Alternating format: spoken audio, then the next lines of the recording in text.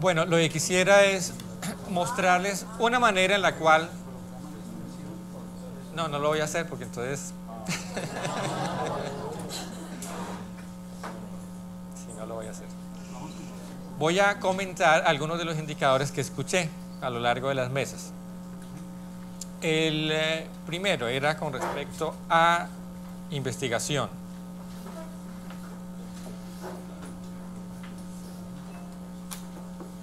Por ejemplo, un indicador de eficacia asociado con investigación en la Facultad de Ingeniería, ¿cuál podría ser? Uno directo, de entrada. El número de publicaciones en un periodo, semestrales o anuales. Digamos, anuales. Ahora, si yo quiero empezar a matizar ese indicador, muy seguramente me pregunte qué es mejor, una publicación en una revista nacional arbitrada o una internacional arbitrada, y la respuesta va a ser lo segundo. Entonces podría, si quiero sofisticarlo más, decir que ese indicador apunte a medir el número de publicaciones en revistas internacionales arbitradas. Podría restringirlo más, podría decir en la base de datos EASY, por ejemplo. Pero en todo caso, en cualquiera de estos tres ejemplos que estoy diciendo, el indicador es uno solo, es el número de publicaciones. Puede sofisticarse más todavía. Podría decir, quiero medir el número de productos de investigación, en donde los artículos son un tipo de producto, pero no el único. Las patentes son otro, los libros son otro, los capítulos en libros son otro, la literatura gris es otro, aunque tienen pesos diferentes. En todos estos casos, fíjense que la fórmula que yo decía acá del indicador es muy sencilla. Esta fórmula de n variables en últimas es una sumatoria, en donde estos x sub i, estos x sub i aquí, es el número de publicaciones de un profesor. Y lo que yo estoy haciendo es sumando anualmente los profesores de la Facultad de Ingeniería que publicaron revistas arbitradas. Y la suma total es el valor del indicador al final del año. Lo que quiero decir con esto es que no es necesario que todos los indicadores se piensen en términos porcentuales. Y lo puse a propósito porque existe esa tendencia de preguntarse, bueno, ya sé un numerador, ¿cuál es este denominador? No es necesario pensar en denominadores. No es necesario. Un indicador no tiene que ser un porcentaje. Una cifra directa como esta es clarísima. Podría pensar en un porcentaje incluso para este tipo de indicadores. Por ejemplo, el grupo D, acá tal vez, pensaron, bueno, yo quiero saber el porcentaje de grupos de investigación de la Facultad de Ingeniería que está en categoría A1 de Colciencias, pensando en que llegasen a una meta del, qué sé yo, 90% de grupos de investigación en categoría A1. Ese es un indicador en donde de entrada su definición es porcentual. Por lo tanto, hay una división del número de grupos en categoría A1 dividido por el número de grupos totales de esa facultad. Lo interesante de pensarlo así es que enlazan ese indicador con este de publicaciones. Porque los grupos que están en categoría A1 en Colciencias son aquellos grupos que tienen un número de investigaciones en revistas arbitradas alto. Yo sé que eso va a cambiar, pero digamos como lo estaba haciendo hasta ahora Colciencias. Ese es otro ejemplo de un indicador que podría manejarse acá. En el primer caso es un indicador de productividad. En el segundo hay una mezcla, porque hay eficiencia y productividad. Eficiencia porque en últimas yo estoy preguntándome qué tan eficientemente se está manejando la investigación en la universidad. Entre más grupos estén en categoría 1, más eficiencia de esos recursos. Y también productividad porque, como dije hace un momento, esos grupos están en categoría 1 en la medida en que la productividad sea mejor. Otros grupos pensaron en asociar publicaciones con investigaciones. Entonces se preguntaban, ¿por qué no medir cuántas publicaciones se producen por investigación que se presenta? Yo les decía que ese indicador podría ser perverso, en el sentido de que se enviaría el mensaje a los investigadores de que entre más publicaciones produzcan por investigación es mejor. Pero el efecto que eso tiene es que el investigador va a empezar a fraccionar la investigación. Entre más se fracciona la investigación, más publicaciones se hacen, pero es más difícil que la publicación llegue a una revista arbitrada. Entonces uno sacrificaría calidad, en este caso, por cantidad. Y no es necesario hacer esa división entre el número de publicaciones por investigación. Lo mismo si yo me pregunto el número de publicaciones por profesor. Ese es un indicador de eficiencia, porque a mí sí me gustaría, como decano de la Facultad de Ingeniería, que cada profesor publicase.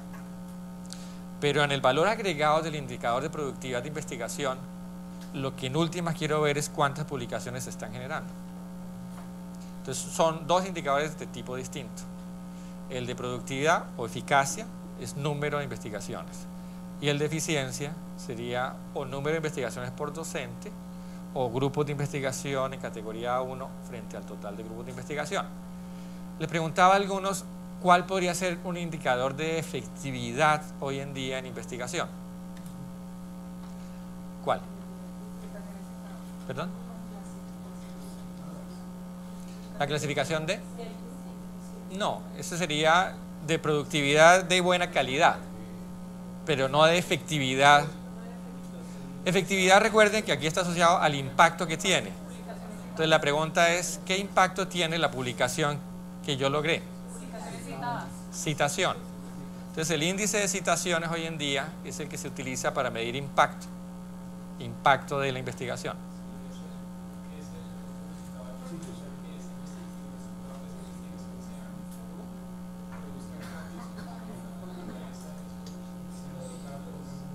¿La naturaleza de las cosas?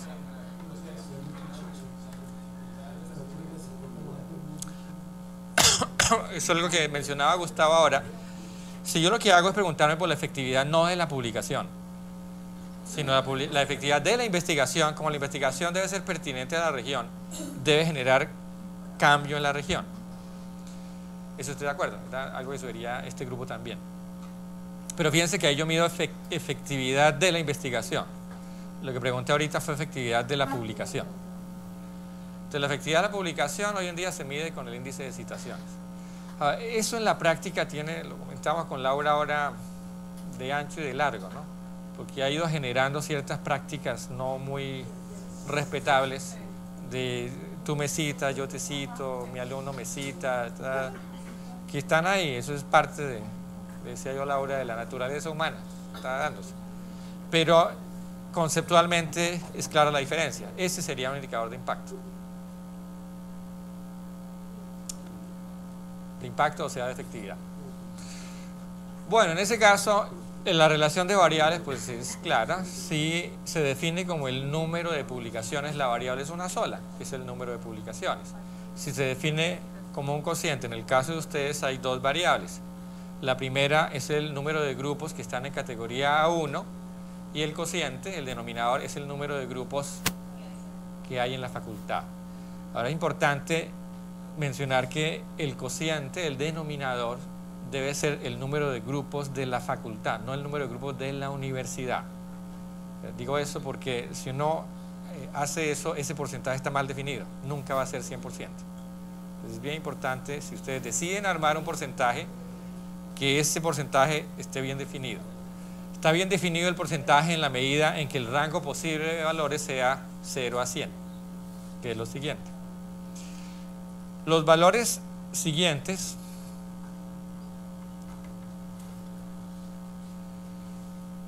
quiero irme directamente a estos. Actualidad, pues se fija un cierto valor. Capability, en el caso de la investigación, ¿qué restringe la investigación de una facultad? ¿Qué, por ejemplo? El nivel de escolaridad de los profesores. ¿Qué más? El número de horas que le dedica a la investigación, del número total de horas que está en la universidad. ¿Qué es esto? O sea, eso afecta el número de horas que le dedica a la investigación. ¿El qué, perdón? ¿Pero en cuanto a qué?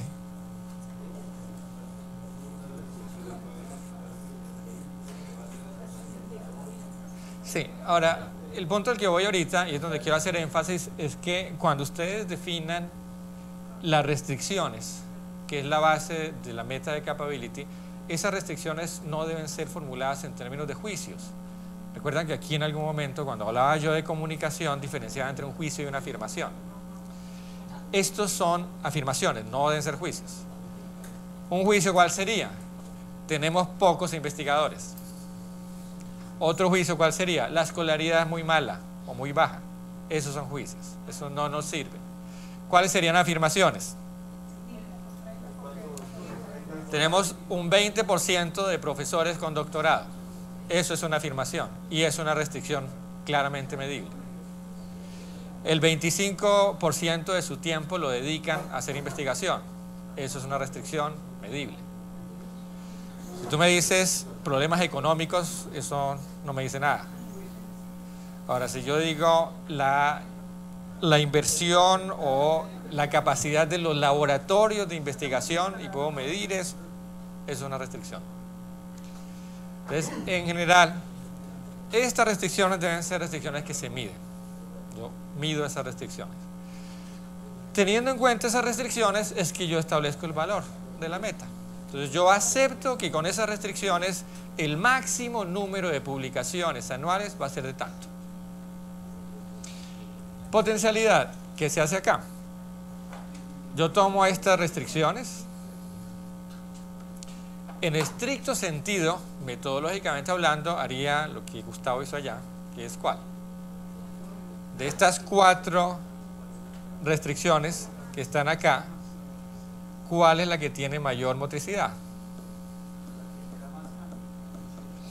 Y motricidad, recuerdan lo que es, ¿no?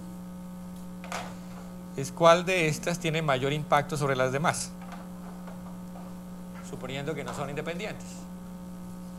Si son independientes, pues no están relacionadas. Pero normalmente hay una correlación. En el caso de las que acabo de mencionar, ¿cuál podría ser la que tiene mayor impacto? Seguramente la escolaridad. Entonces, si es la escolaridad, yo arranco por esa. Entonces, la pregunta es, bueno, que es el nivel de escolaridad de los profesores, ¿cómo mejora ese nivel de escolaridad? Pues si estoy diciendo que el 20% tiene doctorado, yo quisiera llegar de ese 20 a un 50% en 5 años. Y ahí estoy planteando la meta. Voy a pasar de 20 a 50% en 5 años. Lo siguiente es, bueno, ¿cómo lo va a hacer?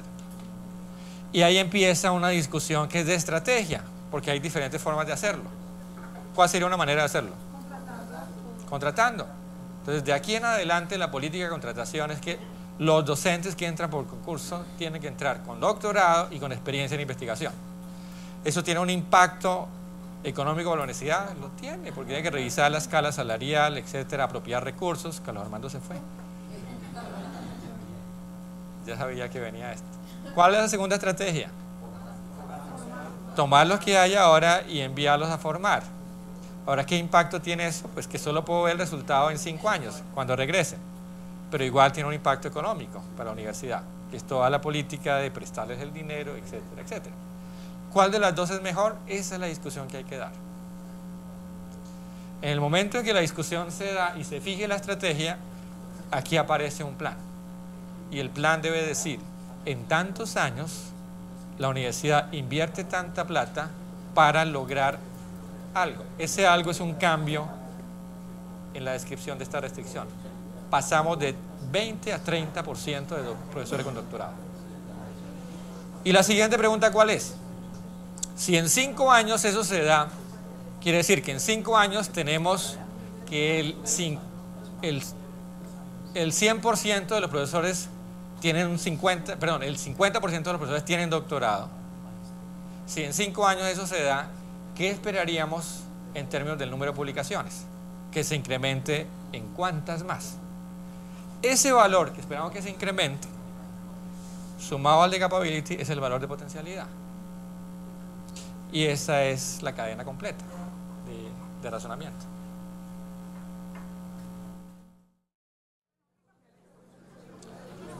Bueno, todos tienen el segundo a mano. Ahora, el propósito de este taller es distinto. El propósito es el interpretar los valores. Ahora, en este caso ya he definido, como decía Carlos Armando, como ejemplo algunos indicadores para cada caso. Entonces, por ejemplo, en el primer caso, investigación de los profesores. Definimos un indicador que mide el número de publicaciones semestrales de los profesores de la facultad en revistas internacionales arbitradas. Estamos diciendo, ese es el indicador que se seleccionó.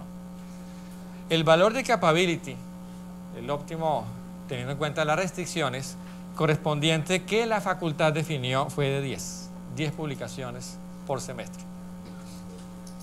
Ese fue el valor que después de las discusiones que se dieron para encontrar limitaciones se obtuvo, 10.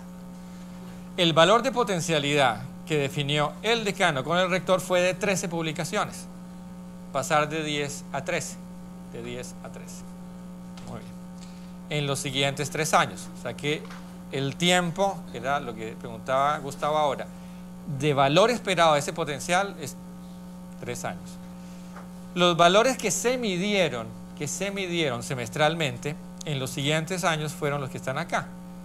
Esto es por cada semestre, desde el primero hasta el sexto semestre, 3 años.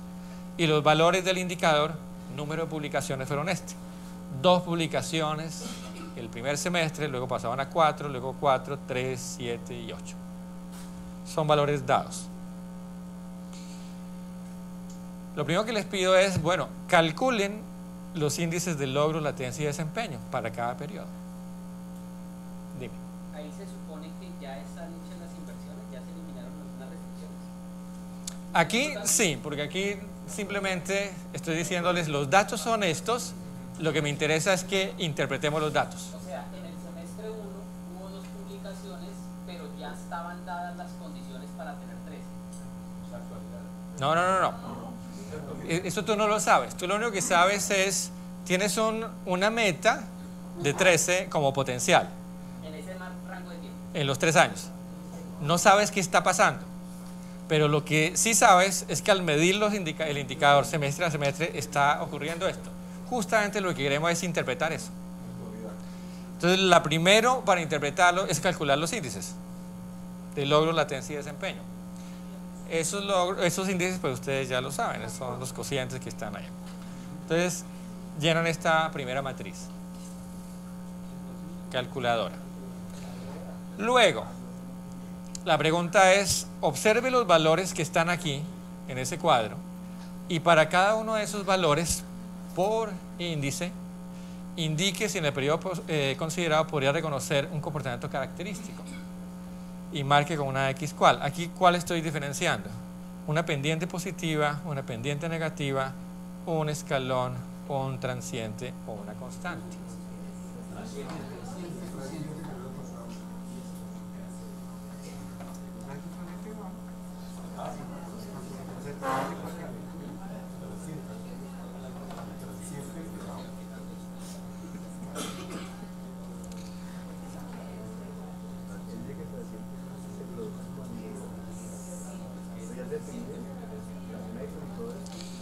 Entonces veamos cada uno. Y no se llega todavía, porque hasta ahora se está efectuando se está generando la dinámica. Y cuando ya hay una dinámica, ya hay... ¿Cuál es el primero que dije? ¿Cuál sería una pendiente positiva? Esto va así. Esperar. Una pendiente negativa, las acciones de interbolsa, ¿no? ¿Cuál era la otra? Un escalón. Todo está así.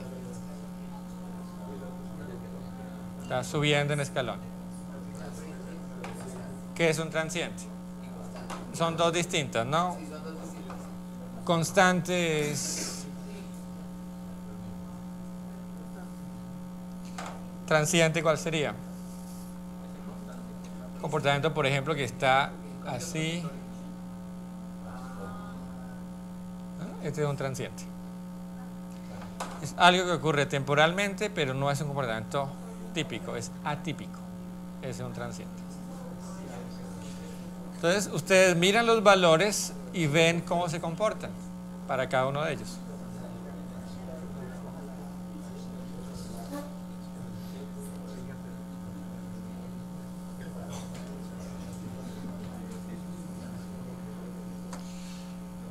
Como ustedes ven los valores y observan si hay un patrón de comportamiento, si reconocen un patrón, podrían inferir qué pasaría a futuro.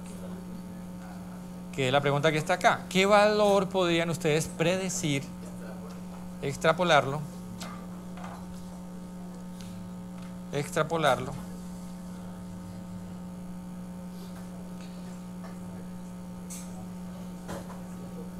de esos índices en el periodo 7? Los valores que les doy van hasta el periodo sexto. Entonces, una vez que ustedes lo miran, ¿cuál sería el valor esperado en el siguiente? Dependiendo de la historia que han venido teniendo, tanto para logro como latencia como para desempeño. La siguiente pregunta es, en términos de gestión, ¿cómo interpretarían los valores de logro? Los valores de logro. Entonces, ahí sí ustedes tienen que mirar el valor e interpretar ese valor de acuerdo a la definición que tiene. Recuerde que el logro está midiendo la relación entre el valor actual y el valor de capability. Lo mismo el otro, que es latencia, está midiendo la relación entre el valor de capability y el valor de potencialidad. Y el último es el de desempeño, que mide actualidad sobre potencialidad. Todo eso en el caso en donde el indicador signifique mejor cuando se incrementa. La siguiente pregunta es, en esta plantilla, ¿dónde está la plantilla? ¿Se perdió la plantilla? Ah, ahí está. En esta plantilla dibujen los valores de actualidad, capability y potencialidad. Entonces fíjense que aquí la pregunta no es por los índices, es por los valores. Es por los valores. En ese periodo dibujen actualidad, tienen los datos, dibujen capability y dibujen potencialidad. Entonces cuando ustedes los dibujen va a ser más claro para ustedes cómo interpretar cada uno. Luego viene el último. Suponga ahora que la facultad recibió un traslado de recursos de la vicerrectoría académica en el primer año, a comienzos del semestre primero, y lo invirtió para enviar a 30 profesores de la facultad a realizar estudios de doctorado en el exterior, una de las estrategias que dije hace un momento. Como resultado de la estrategia, al final del periodo sexto, regresó la mitad de los profesores con su doctorado bajo el brazo. Y al final del año siguiente, regresó la otra mitad exitosamente. Indique en la gráfica siguiente, la que viene, de qué manera podrían cambiar los valores de actualidad, capability y potencialidad. Si los artículos publicados en los siguientes 4 semestres son los que están acá. Estos valores son los valores reales, los que se van a producir en los siguientes semestres, séptimo, octavo, etcétera, etcétera. Entonces, si estos son los valores, la pregunta es, ¿deben cambiar estos? Sí. ¿Cómo cambian? Esa es la pregunta interesante.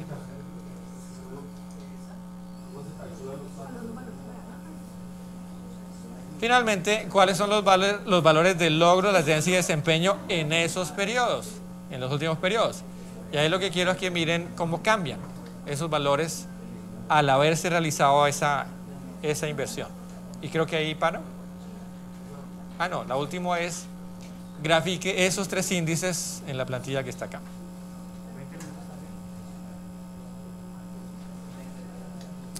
Finalmente, en términos de gestión, ¿cómo se interpretan logro, latencia y desempeño?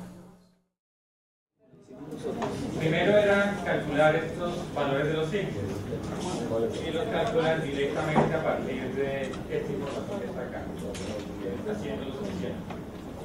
¿Qué es lo que encontrarían mirando los valores? Encontrarían que el valor del logro, ¿cómo se comporta? Hay una pendiente que es positiva, una pequeña bajón en el momento y sigue subiendo. Es decir, que el logro va mejorando durante estos periodos. Fíjense que durante esos 6 semestres, la universidad no ha llegado a la universidad más profesores con doctorado. El potencial de mejora en investigación no está ocurriendo. Sin embargo, el logro ha mejorado. ¿Por qué? Porque hay un mejor uso de los recursos que tiene la universidad. Es decir, lo que ha hecho el decano o la decana es lograr que los profesores que estaban ahí publiquen más con los recursos que tienen. El hacer eso es lo que explica que el valor del logro esté creciendo. Que recuerden que el logro es el cociente entre el valor actual y el valor máximo que pueden producir con las restricciones que tienen. Entonces, en la medida en que no cambien las restricciones, si el logro es mayor, es porque la gestión es mejor. Por otro lado, el valor de latencia, ¿cómo se comporta? Constante. Es constante. Así es constante, ¿eso qué quiere decir? Que el efecto de la inversión no se está observando en el valor del indicador. Recuerden que latencia es el cociente entre el valor de capability y el de potencial. El valor de capability, ¿cuándo se incrementa? Cuando yo elimino una restricción. En el momento en que elimino una restricción, mejora ese valor. Si se mantiene constante, es porque las restricciones no han variado, aun cuando yo haya hecho inversión, que es el ejemplo aquí. ¿Cómo ha invertido la universidad? Pagando a los profesores que están estudiando por fuera. Y eso ha sido una inversión constante durante varios semestres. Pero la restricción se mantiene, porque el número de profesores con doctorado sigue siendo igual. Entonces fíjense que aun cuando hubo inversión, el efecto en esos meses, en esos semestres, no apareció. ¿Cómo se observa eso? El valor de latencia no cambia. ¿Cómo se comporta el índice de desempeño? Pendiente ascendiente. Es pendiente ascendiente, quiere decir que empieza bajito y sigue mejorando. Ahora, ¿por qué mejora el índice de desempeño? Porque la gestión mejoró. Como el desempeño es el producto del logro por la latencia, si mejora el logro, el índice empieza a subir, porque la latencia se mantuvo igual. Ahora, no va a pasar de una cierta valor. En este caso creo que es 0,60 y algo. De ahí no va a pasar. Tiene un tope. ¿Por qué no sube más? Porque la inversión no se está reflejando en más profesores con doctorado. Entonces, el hecho de que el índice de desempeño suba y llegue a un tope está indicando que la universidad llegó a un punto en donde no va a poder crecer más, a menos que la inversión empiece a reflejarse en más publicaciones. Decía yo con Armando que este índice de desempeño tiene la ventaja, cuando yo lo observo, que hace un balance entre las decisiones de estrategia de corto plazo y las de largo plazo. Una decisión de corto plazo puede ser nefasta a largo plazo. Por ejemplo, si la universidad mirara solo el indicador de costos de nómina y quisiera reducir ese indicador, pues una estrategia es despedir a los profesores. Fíjense que es una estrategia en donde en el corto plazo el indicador mejora muchísimo, pero en el mediano plazo la universidad simplemente está haciendo suicidio, porque entre menos docentes tenga, pues menor capacidad para recibir más estudiantes, menor capacidad para presentar proyectos, etcétera, etcétera. Si yo solo mirase el valor del indicador, no podría predecir eso. Pero si yo mido el índice de desempeño, sí lo puedo predecir, que es el caso que estoy diciendo acá. Ese índice podría empezar a mejorar, pero llega a un punto en donde se estanca. Y el hecho de que se estanque es lo que lleva a preguntarse qué está pasando con la estrategia. Muy bien, esa es la idea de esta primera parte. Aquí ya vimos cuál es el comportamiento de los tres. A partir de ese comportamiento ustedes podrían inferir un valor para el periodo séptimo. La interpretación es la que mencioné ahora. El logro está asociado con capacidad de gestión. Latencia está asociada con el impacto de la inversión. Y desempeño con el balance entre estrategia de corto plazo y largo plazo. Esa es la interpretación de los tres índices. Aquí, bueno, ustedes seguramente hicieron la gráfica de estos. Y luego viene el efecto que tuvo ya la inversión de enviar a capacitar a los docentes a partir del séptimo semestre, que es cuando empiezan a regresar. Y aquí les pedían que dibujaran ¿cuáles? Actualidad, capability y potencialidad. Ahora, aquí lo interesante es ver cómo se comporta. cada vez que cojo esto cambia de...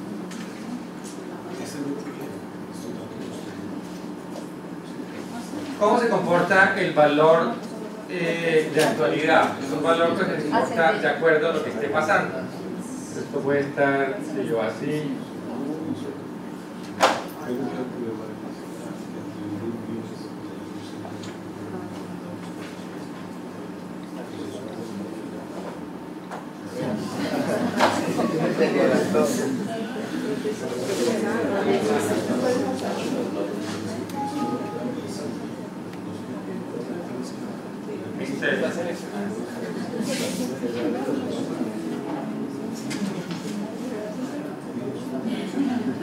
Puedo arrancar desde aquí y puedo hacer, qué sé yo, una cosa de estas.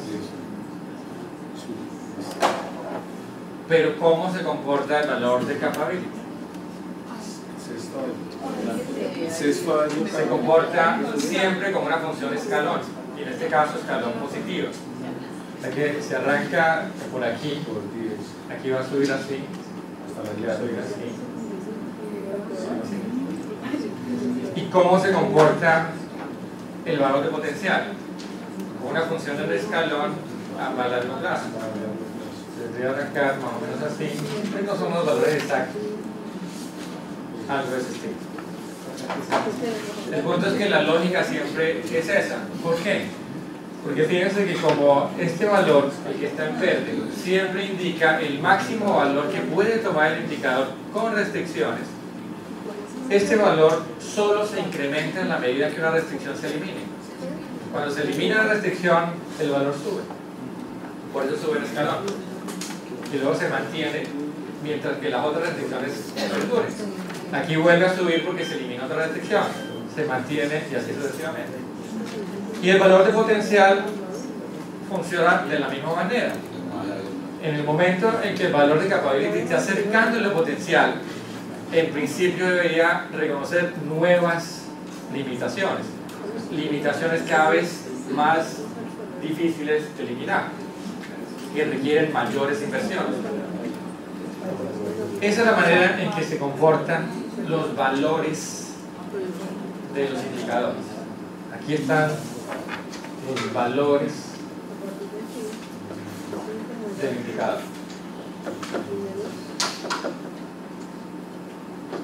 La otra es la gráfica de los índices de los indicadores del indicador, que es distinto.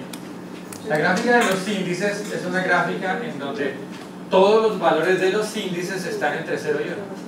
Siempre. Independientemente de cuál sea el tipo del indicador, independientemente de cuál sea la unidad de medida del indicador. Les decía, cuando vimos esto conceptualmente, que la ventaja de mirar los índices es que la interpretación siempre es la misma. Independientemente de que lo que yo esté viendo sea un indicador en términos de dinero, o en términos de número de publicaciones, o en términos de cualquier otra cosa. Los índices están normalizados, siempre entre 0 y 1.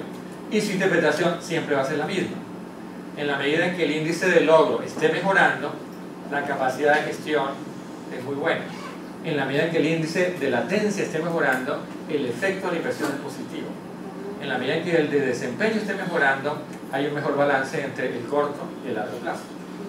Y eso es lo que uno debería buscar en cada uno de los 3 índices por cada indicador. Eso es básicamente lo que les pregunté en los otros componentes. ¿Alcanzaron todos a terminar? Muy bien, entonces la tarea es el próximo viernes entregar esos 2 talleres. El tercero, que era mirar lo que eran estrategias en ciclos de control, creo que no vamos a alcanzar a hacerlo. Entonces dejémoslo para el año entrante.